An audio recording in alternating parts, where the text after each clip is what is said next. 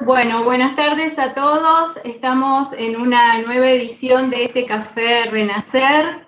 Les damos la bienvenida y bueno, este sábado por segunda vez tenemos a nuestros invitados, nuestros queridos Alicia y Gustavo. Así que bueno, les vamos a dar la bienvenida. Muy buenas tardes. Hola Alicia, hola Gustavo. Hola, ¿cómo están? Qué gusto estar con ustedes nuevamente. Sí, un gusto grande estar con ustedes. Bueno, muchas gracias por acompañarnos nuevamente. La semana pasada, mientras hacíamos la primera edición, muchos papás dejaron sus preguntas en el chat, así que bueno, nos pareció conveniente y adecuado que ustedes hoy estuvieran presentes nuevamente para poder responderlas. Así que bueno, yo voy a empezar a leerles las preguntas, así ustedes pueden responderles a los papás. Te escuchamos, Alicia. Bueno, un papá, Miguel de San Luis, hizo la siguiente pregunta. Yo quisiera hacerle una consulta a Gustavo. Soy un papá nuevo dentro del grupo Renacer San Luis, pero es una duda acerca de una afirmación que él hizo con anterioridad y creó un pequeño conflicto. Mi duda es acerca de las palabras que eligió en un escrito donde afirma que nuestros hijos eligieron un camino diferente al nuestro y que nosotros debemos darle el permiso para partir.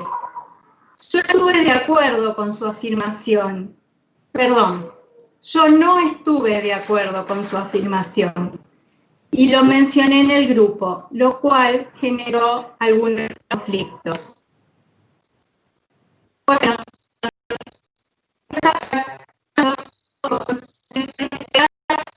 que va nuevo.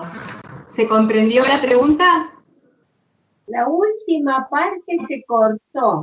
Creo como que el problema estaba más entre los padres nuevos, algo así.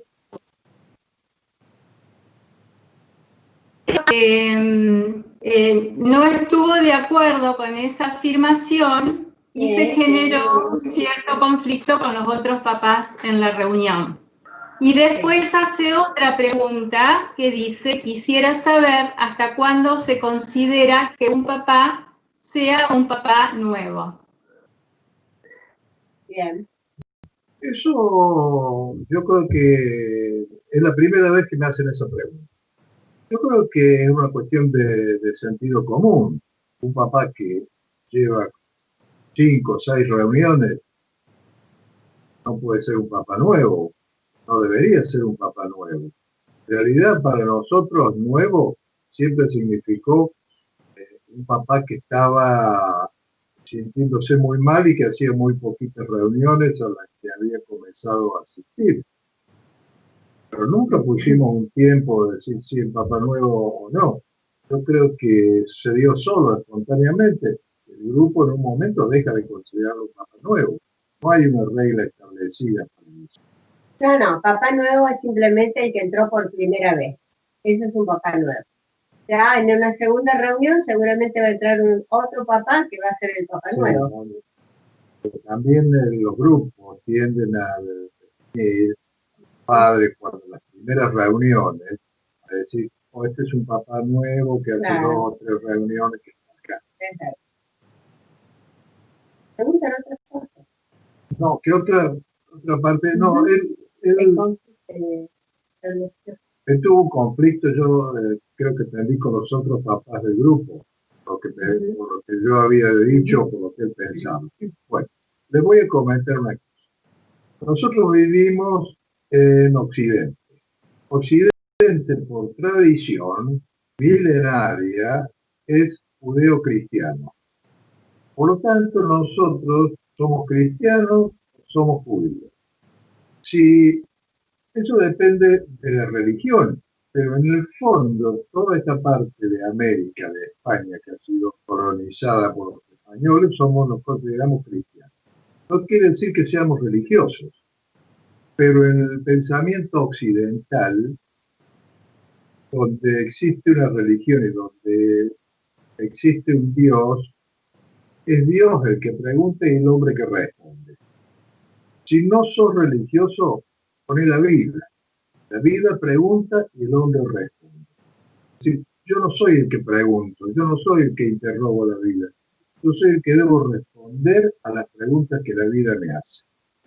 La muerte de un hijo yo creo que es la pregunta más importante que la vida me ha hecho y mi respuesta debe tener el mismo valor. Mi respuesta no puede ser aferrarme a ese hijo con lágrimas toda la vida. Tengo que dejarlo en libertad para que haga su camino. De la misma forma que lo hubiera dejado más adelante, cuando hubiera cumplido 18 años, hubiera sido libre también para seguir su camino y hacer lo que quiera. Yo no tendría ningún derecho a entrometerme en su destino. El destino, el camino, él eligió ese camino antes. Yo le debo dar permiso. Ese es el conflicto. ¿Por qué vos decís que el hijo ha elegido ese camino? Porque hemos seguido caminos distintos y yo no lo he elegido. Entonces yo digo, bueno, es una manera simbólica de decir lo siguiente. En el fondo es lo que, en esencia, lo que significa a mí, para mi vida, para mi manera de vivir, nadie me quitó un hijo. Ni la vida, ni el que lo llevó por delante, nadie me quitó la vida de un hijo. Yo elegí dejarlo partir. De esa manera no tengo conflictos ni odio hacia nadie. Pero eso es una decisión particular. Que a algunos les puede resultar difícil, lo dudo, pero que debe ser considerada. Yo digo, a Nicolás me lo quitó el que lo llevó por delante, toda la vida lo tengo de una manera presente, más al verdugo que a mi hijo. Entonces yo no quiero, nunca quise eso. Yo quise plena libertad para que siga su vida. Más aún, no siendo religioso, soy agnóstico. Cuando murió Nicolás, fui a una iglesia y recé por él. Y dije, si existe un Dios, no tengo reparo en hablar con él para pedirle por mi hijo. No le voy a pedir por mí, porque no creo en él. Pero si en una de esas existe, le voy a pedir por mí. Me gustaría agregar, por cierto, que está claro el concepto de Gustavo, pero también la elección de las palabras, que mi hijo eligió otro camino, no quiere decir necesariamente y literalmente que Nicolás haya elegido partir de esa manera ese día. Es una manera simbólica, y aprendamos que hay mucho lenguaje simbólico en Renacer. Por otro lado, hay un pequeño llamado de atención a los grupos. No se debe generar un conflicto porque haya diferencias de opiniones o porque uno de los papás tome a esto que dice Gustavo de la manera simbólica en que fue concebido, dicho, y luego otro lo tome literalmente, como mi hijo no eligió eso. ¿Estamos de acuerdo? Entonces, simplemente expresamos lo nuestro, pero con absoluto respeto hacia la opinión del otro. No hay necesidad de entrar en conflicto. Yo creo que es importante, cuando escuchamos en el grupo una opinión positiva, no es necesario responder en el acto. Pensemos en lo que significó esa palabra para ese padre en ese momento. Pensemos lo que esa palabra significa. Pensémoslo en profundidad. No nos dejemos llevar que nos produce una palabra. Los grupos son mucho más importantes que dejarse simplemente responder a las emociones. Hay que razonar también. Una combinación de una emoción y un razonamiento. Pero creo que eso responde a tu pregunta. Pregunta del papá. Sí, muchas gracias. Responde ampliamente a la pregunta de este papá. Yo creo que cuando uno escucha algunas cosas en este camino, siempre decimos que, bueno, a lo mejor en algún momento algo que escuchamos en ese momento tal vez no nos sirve, pero bueno, siempre eso lo tenemos que guardar porque en algún momento seguramente nos va a servir a lo largo de este camino, ¿no? Y bueno, y siempre la libertad de elegir, es así. Bueno, otra pregunta que tenemos de un papá Leonardo de Temperley, del grupo de Temperley, dice, en nuestra reunión de grupo última se trabajó mucho sobre la culpa. Recurrente también, ¿no? ¿Qué mensaje les pueden dar a los papás sobre este tema? La culpa para nosotros, todos los padres en mayor o menor medida, o la mayoría de nosotros, sentimos algún grado de culpa. No importa la forma en que los hijos se hayan partido, todos los papás o la mayoría de ellos tenemos algún grado de culpa, si hubiera hecho, si hubiera dicho, pero lo que debemos tener en cuenta es que hemos siempre obrado de la única manera que sabíamos y podíamos en ese momento. Y lo hemos hecho siempre pensando en el bien de nuestros hijos. Por lo tanto, jamás nuestra intención ha sido causarles daño. Si bien nuestros hijos parten, eso pertenece al misterio de la vida y de la muerte. Y queda entre ese hijo y entre su Dios, de haberlo, o la vida, el destino, y ¿qué es lo que hago yo con mi vida? De aquí en más, lo que realmente cuenta. Sí, yo quisiera agregar, decir una cosa. Vivir es disfrutar, tener alegría, sufrir, tener culpa, tener sentimientos desagradables. Todo eso forma parte de la vida. Tener miedo, tener incertidumbre, todo eso es parte de la vida. Si no quiero tener nada de eso, no vivo. Eso es parte del ser humano. No se puede, no nos podemos desprender de eso. Ahora bien, ¿cómo se mitiga ese sentimiento que de haber dicho algo que creemos que hemos hecho algo que ha hecho mal a una persona? Ese mal actuar puede erradicarse, no puede. Por un lado puede no volver a cometerse, pero por otro lado, cuando lo que creemos que hemos hecho mal por una persona que ya no está de este lado de la vida, es simplemente una transformación interior. Frankl dice una frase, en sus libros repite una frase que dice, sabrás que el cielo te perdonó cuando ya no seas la misma persona. Es decir, la persona que cree haber cometido el error ya no es la misma. Entonces no hay posibilidad de sentir culpa por eso. No nos olvidemos que el verdadero significado de la palabra culpa en realidad es deuda. Pero si yo tengo una deuda, y las deudas pueden ser saldadas de distintas maneras. La culpa, el concepto de culpa, lo que ha hecho es ha ejercido un manto de poder sobre las personas. Cuando hubo una sola persona capaz de eximir a todos los demás de la culpa. Ese ejemplo fue el ejemplo del sacerdote, y en la modernidad el ejemplo es del psicoanalista. Los grupos Renacer favorecen la libertad, favorecen la no tutela de la persona. Por lo tanto, deben ser conscientes, yo creo, que la culpa es un mecanismo que se utiliza para controlar a la persona. Lo que existe verdaderamente es una deuda. La deuda puede ser saldada.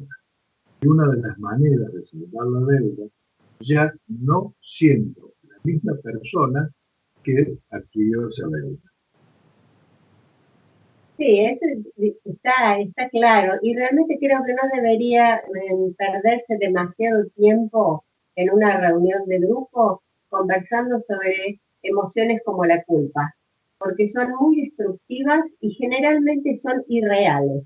Las culpas son irreales.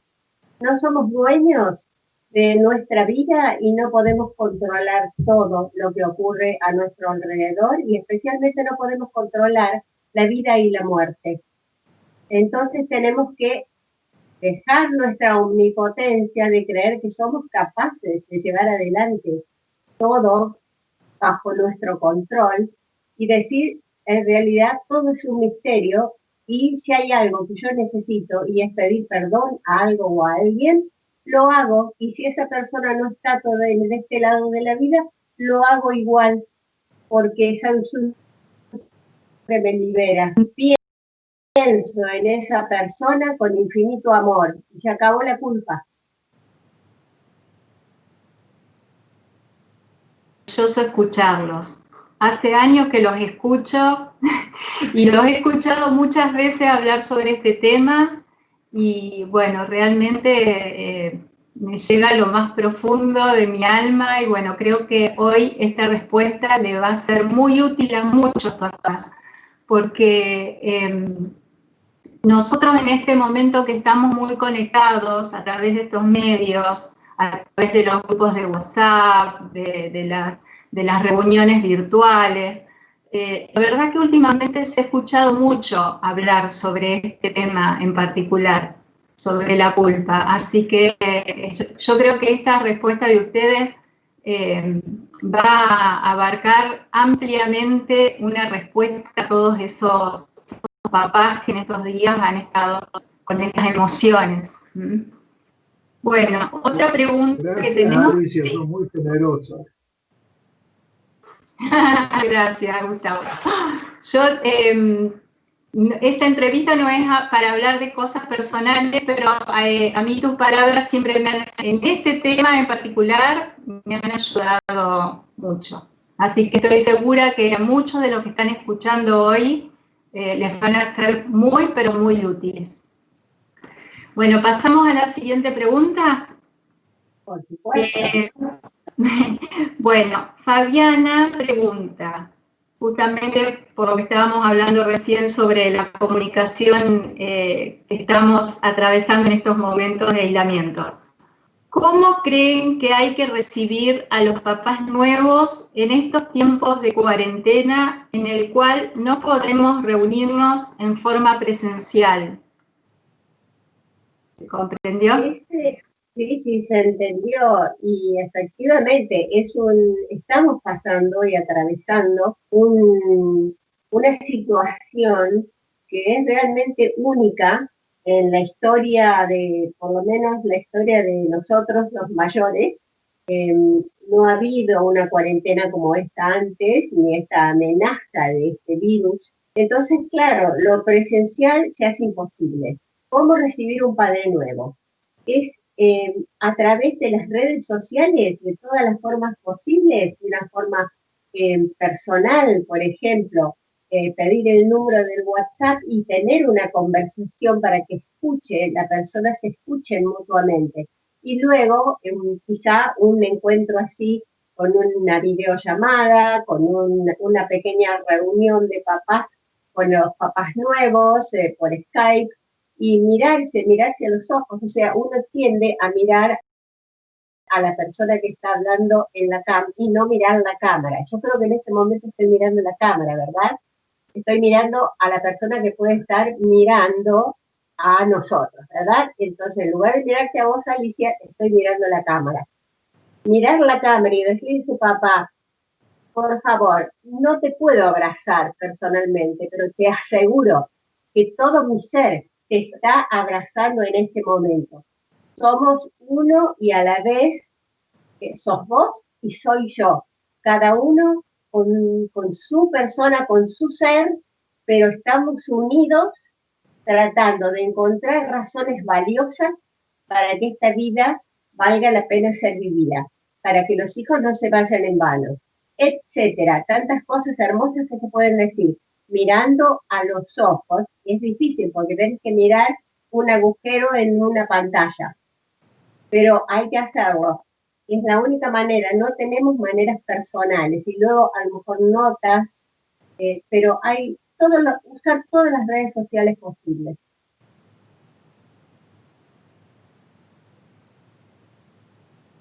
Es verdad eso de que tenemos que mirar la cámara. Me enseñaste, no dejo de aprender.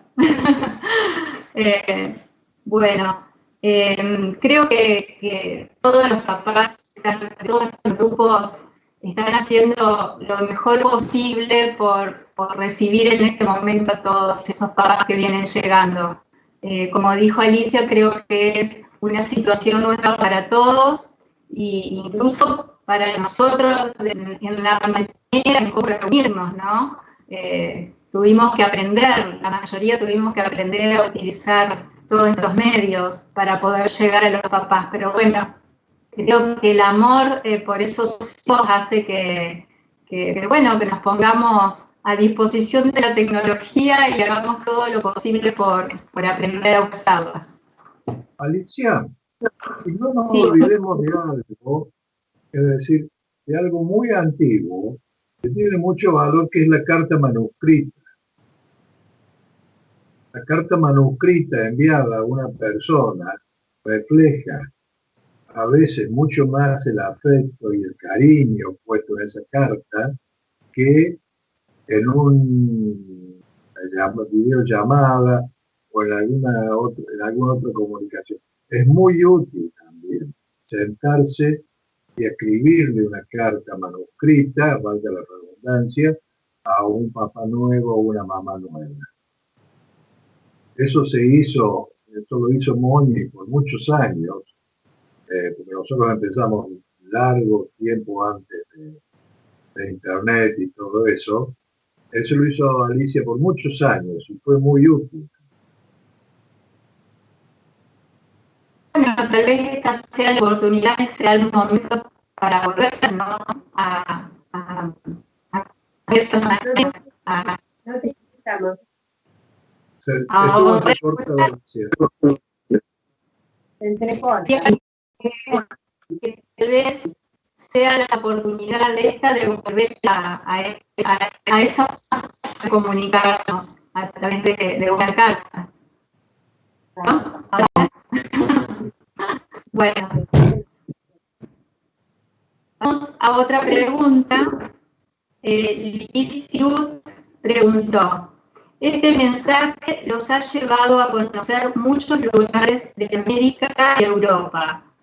¿Pueden relatarnos alguna experiencia en otros países y cómo fue aceptado el mensaje? Realmente El grupo, a ver, no hay que olvidar que renacer es un mensaje. Es un mensaje que viene a nosotros, de nuestros hijos, pasa a través nuestro y llega hacia la vida. Se abre hacia la vida el mensaje. Nosotros no llevamos nada. Nosotros vamos cuando nos invitan, porque el mensaje llegó antes. Y la gente lo toma porque le gusta, porque lo quiere, porque se da cuenta que es un mensaje de valor. Se da cuenta del significado del mensaje. Por esa razón ellos lo llevan. Y una vez que lo llevan, a veces nos invitan y a veces no. Nosotros nunca hemos ido donde no nos inviten. Renacer funciona en muchos lugares en los que nosotros no hemos estado y funciona bien, con sus variaciones geográficas y culturales lógicas, pero el mensaje en general es el único. Entonces, yo creo que la aceptación del mensaje está dada antes de la visita de cualquier padre a esa gente. La gente hoy ya sabe que juntarse para trascender esta tragedia es útil. Entonces, a veces lo hacen espontáneamente y después piden información a ustedes, a otros papás. Hay grupos que se han formado a través de otros padres que nosotros no conocemos, en Perú, en Ecuador, en Brasil. Por ejemplo, con los grupos de Brasil nosotros nunca tuvimos contacto. El que tuvo contacto fue Aníbal Caro Preso, creo, inicialmente. Y así otros papás llevan a su vez el mensaje a otros lugares. Pero no nos olvidemos que renacer es esto. Es un mensaje de amor a los hijos que pasa a través nuestro y fluye hacia la vida. Eso que dice Gustavo es súper importante, es muy importante, porque primero llega el mensaje y después recién quizá algunos de los mensajeros, algunos los que seamos. Ahora, sé que piden una anécdota, alguna cosa que caracterice o que haya sido o graciosa o diferente, pero hay dos cosas que me vienen a la mente, y es, una es que cuando los padres les corresponde hacer las preguntas o les tocan, es la parte en que los padres luego de la charla hacen preguntas, nos hemos dado cuenta, estando en España, Uruguay, Chile, Argentina, en diferentes lugares, que las preguntas son siempre las mismas. Puede haber alguna diferencia cultural, como dijo Gustavo, pero se repiten las preguntas una y otra vez. Es evidente que el perder un hijo es un fenómeno universal y como tal despierta en los padres reacciones similares, y el sufrimiento, que es el denominador común con el que trabajamos, es el mismo. Ahora, lo que a mí me causó una impresión muy interesante y muy emotiva, muy movilizante, fue cuando fuimos por primera vez a España y se hizo un encuentro de todos los papás de España. Era muy nuevo todavía Renacer en ese país, llevaba 8 meses. Y cuando nos empiezan a hablar de Renacer algunos papás españoles, pues que empiezan a hablar así sobre Renacer y que ahora Renacer me ha puesto de pie y ahora yo soy un ejemplo de vida. Y cuando yo escuché el acento español hablando del mensaje de Renacer, realmente me impactó de una manera tan agradable, tan placentera, tan hermosa, que realmente hemos llegado hasta España. Renacer ha llegado acá.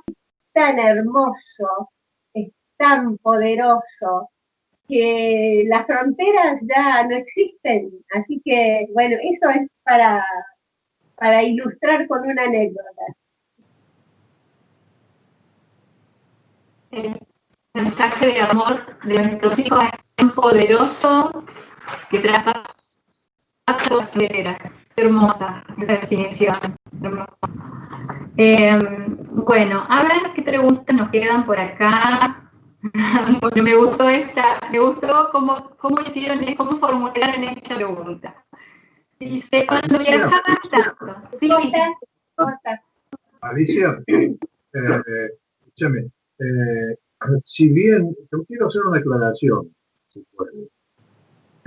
Si bien hemos hablado sobre que el mensaje llega primero, Renacer ha sabido interpretar ese sentimiento de los padres, porque Renacer ha logrado hacer una memoria colectiva de nuestros hijos. Los papás de un grupo piensan en los hijos de todos los grupos, y así sucesivamente.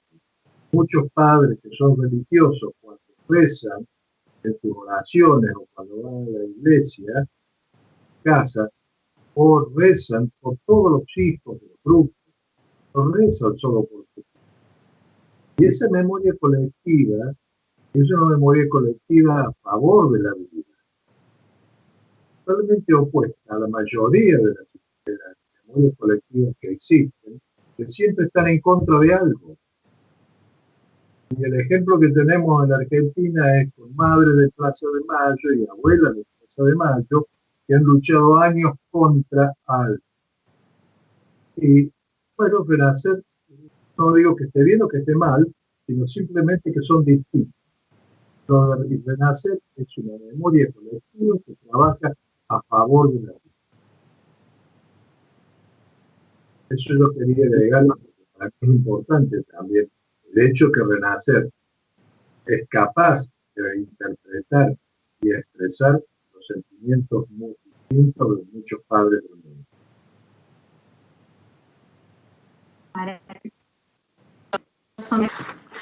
Bueno, Le decía que me gustaba cómo habían formulado esta pregunta. Dice así: cuando viajaban tanto y dejaban a Luciana y las cosas no salían como pensaban, ¿sintieron alguna vez ganas de tirar la toalla, como quien dice? Luciana, ¿alguna vez le hizo algún reclamo? Claro, la pregunta la voy a repetir porque se cortó un poco y Gustavo no lograba entender todo y yo a medias. O sea, nos preguntabas que, por un lado, si Luciana alguna vez nos hizo un reclamo, lo que a veces la dejábamos porque teníamos que viajar. Y por otro lado, había otro aspecto de la pregunta ahí. Sí, por eso, si Luciana les había hecho algún reclamo alguna vez, o si ustedes alguna vez sintieron ganas de dejar, de tirar la toalla, claro. Por un lado, Luciana nunca nos hizo un reclamo porque ella lo que notaba era que estaba recuperando sus padres. Nosotros empezamos a entrevistar padres a los 3 meses de la partida de Nicolás y antes de los 6 meses ya habíamos iniciado la primera reunión.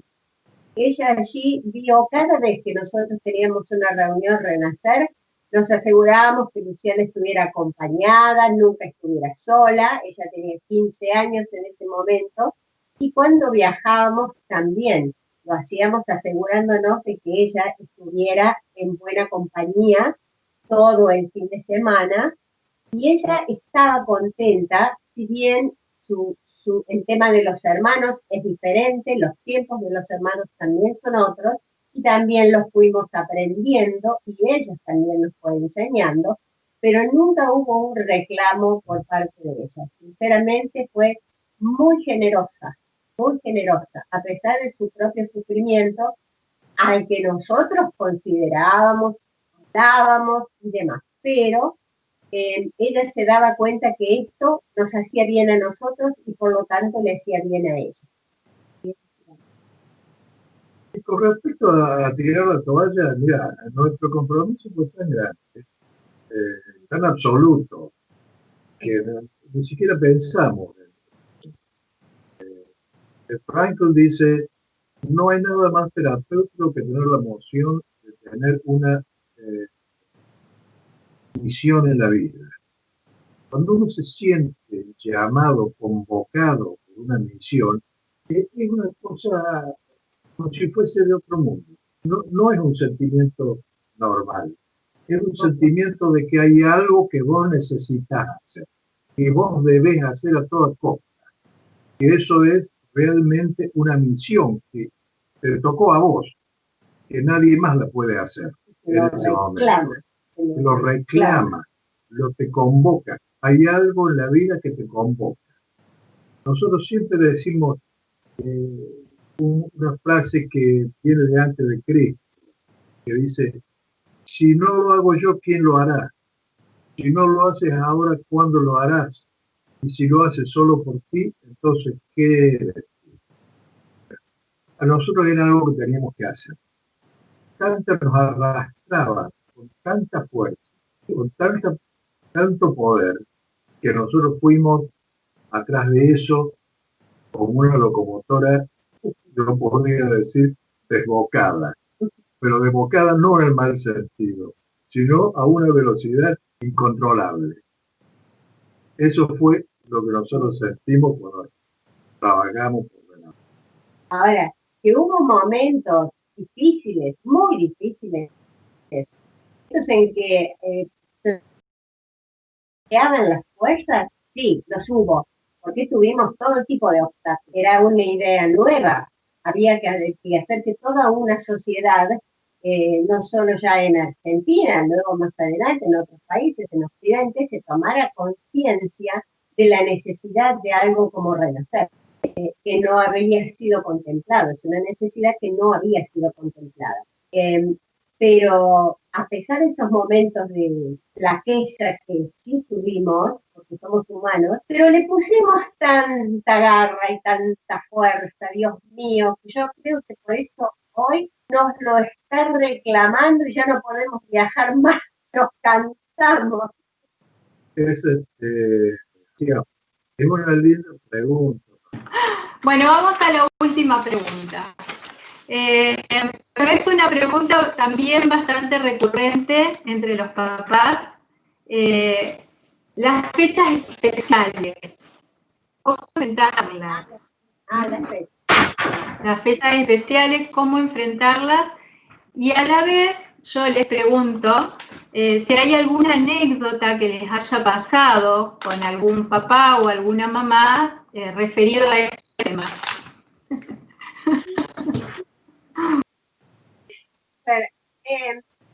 Una pregunta muy linda, muy real y muy recurrente y tal cual lo que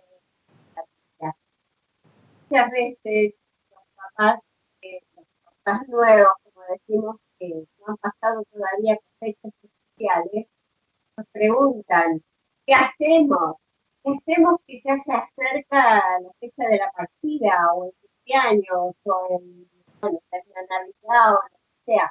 Bueno, siempre hay, ¿nos están escuchando bien? ¿Me escuchan bien? Sí, se escucha, se escucha. ¿Se escuchan? Sí, Bueno, se escucha. se escucha bien, bien. Resulta que nosotros tenemos innumerables ejemplos y casos de papás que se predisponen para que en ese día en particular, por supuesto, todo lo terrible, lo tremendo, lo doloroso sea recordado y que es una de las cosas que nosotros en Renacer ponemos énfasis, todos los papás de Renacer, es tratar de no predisponerse, es mal predisponerse para esas cosas. Nosotros tenemos un caso, varios, pero digamos, el caso de Doris Ceruti, y lo decimos con nombre y apellido porque para nosotros es muy importante que se sepan nombres y apellidos siempre de los padres, porque no somos un grupo anónimo, y porque además así nos identificamos mejor. Doris y Carlitos habían perdido a su hijo y un día 28. Entonces, ellas todos los 28 de cada mes, durante el primer año, se predisponía para que ese día 28 la familia ya sabía, la llamaba, entonces ella lloraba un rato, entonces le rezaba al hijo, entonces sufría, y todo el día era dedicado, pero mal dedicado, pobre Doris, amor mío, a recordar la partida de hijo. Bueno, un día 28 se despierta para ella, ¿no? Bueno, se despierta y ya estaba muy mal, estaba esperando la llamada de la familia, ya estaba encendiendo la vela, ya estaba preparándose y predisponiéndose, por supuesto, para pasar ese tremendo día de sufrimiento, y nadie la llamaba. Y nadie la llamaba, no pasaba nada, y no. Y yo, ¿cómo puede ser? ¿Cómo puede ser? Es la primera vez que se han olvidado. No me llaman. Nadie me ha llamado, nadie, ni siquiera Carlitos, su esposo, había dicho nada ese día. ¿Qué pasa? Entonces, bueno, estaría muy seria, con el esposo ya ni hablaba porque no podía ni tocar el tema porque nadie se lo había tocado. Y cuando llega la noche y está preparando ya la cena, está por irse, cenaban y se iban a la cama a descansar, se le ocurre mirar el calendario que lo tenía justo ahí al lado de la puerta y se da cuenta que en realidad era 27. Era al día siguiente, era en realidad la partida de hijo.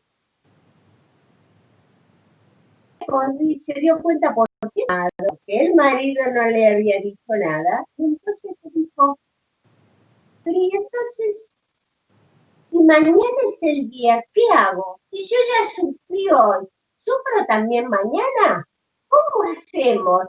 Y ahí se dio cuenta de lo absurdo absurdo de su situación y de cómo ella predisponía a toda la familia y cómo un día podía ser exactamente igual al otro. Entonces ella ya había sufrido el día anterior con anticipación para lo que estaba por pasar el día siguiente. Entonces dijo, basta, y ahí dijo, se acabó. A mí, Gabriel, me falta todos los días, no es justamente hoy. Y no tengo por qué recordarlo también de esa manera tan dolorosa.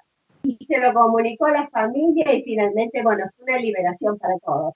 Y para todos en la reunión que nos reímos a las carcajadas, porque fue en la forma en que lo contó con un humor que nos encantó, nos encantó. Una liberación.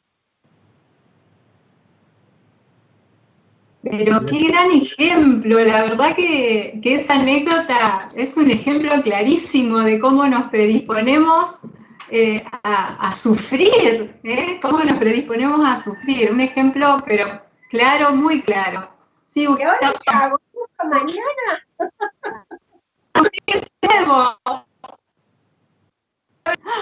Sí, no, clarísimo. No te escuchamos. Creo que Gustavo quería decir algo. ¿Quieres agregar algo? No, hace un par de transmisiones atrás tuvimos una mamá, Karina, que es una mamá que hace muy poquitos meses vio partir a su hijo y justamente ella quiso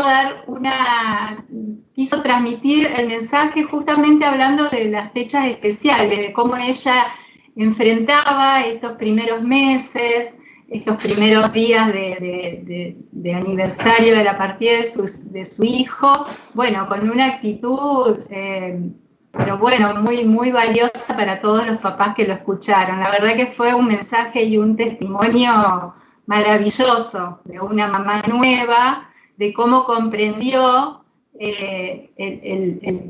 cómo enfrentar estas fechas especiales. Qué maravilloso. Eso es importante, la actitud es muy importante y predisponerse bien y hacer algo a favor de la vida en ese momento. Sí. Mira, yo tengo una visión particular. Uno a veces sufre y tiene dos opciones. Siempre que uno sufre tiene dos opciones. Porque todavía en medio del sufrimiento tengo que preguntarme a mí mismo cómo quiero sufrir. ¿Quiero sufrir dignamente o quiero sufrir miserablemente? ¿O quiero sufrir bien o quiero sufrir mal? Yo siempre elegí sufrir dignamente. Eso significa, sufro, sí, me lo aguanto. Me lo aguanto con la frente alta, con la cabeza derecha. Camino así por la vida. Ya pasará el sufrimiento. No me preocupa tanto. Que sé que con la actitud correcta pasa más rápido. Entonces yo no tengo que dejarme apoderar por el dolor. Yo manejo el auto de mi vida. Llevo mi sufrimiento en el asiento del copiloto. Pero jamás el sufrimiento va a manejar el auto. Jamás voy a ir yo de copiloto. Esa es una elección que todos pueden y deben hacer. Que en el fin y al cabo el sufrimiento templa el espíritu, fortifica el carácter. Y a la larga uno agradece haber sufrido por esta o por otra causa.